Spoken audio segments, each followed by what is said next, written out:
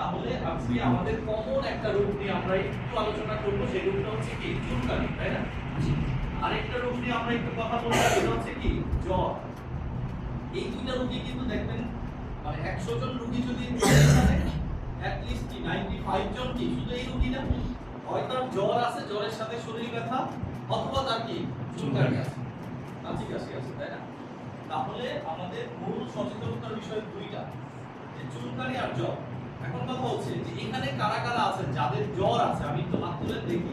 মানে জ্বর ছিল দু একদিন আগে, জ্বর ছিল, ভালো হয়ে গেছে, বাট এখনো শরীর দুর্বল আছে, শরীর ব্যথা আছে।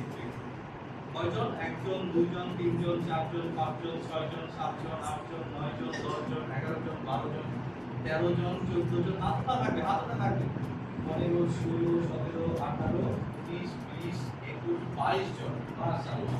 টোটাল এখানে আমরা কয়জন? 22 জন আমাদের কি জ্বরে আক্রান্ত ছিল।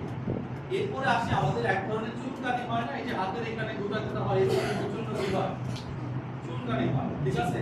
এবং এই চুলকানিটা কি প্রচন্ড চুলকায়। কখন বেশি চুলকায়? যখন আপনি শুতে যাবেন, ঘুমাতে যাওয়ার আগে যে কি চুলকানি হয়, সারাদিন চুলকায় না কেন? প্রবলেমটা কি বলেন তো? সারাদিন কি চুলকাতে ভুলে যায় তারা?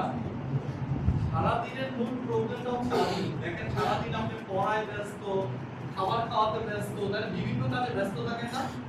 ব্যস্ত থাকার কারণে চুলকালেও আপনি কি মাথার ব্রেন ওই দিকে কি উপলব্ধি করে না, বুঝতে পারে না, সেই জন্য সারাদিন অত চুলকানি হয় না। বাট রাত্রে যখন সব কাজ শেষ করে রিল্যাক্সে বিছানায় যান,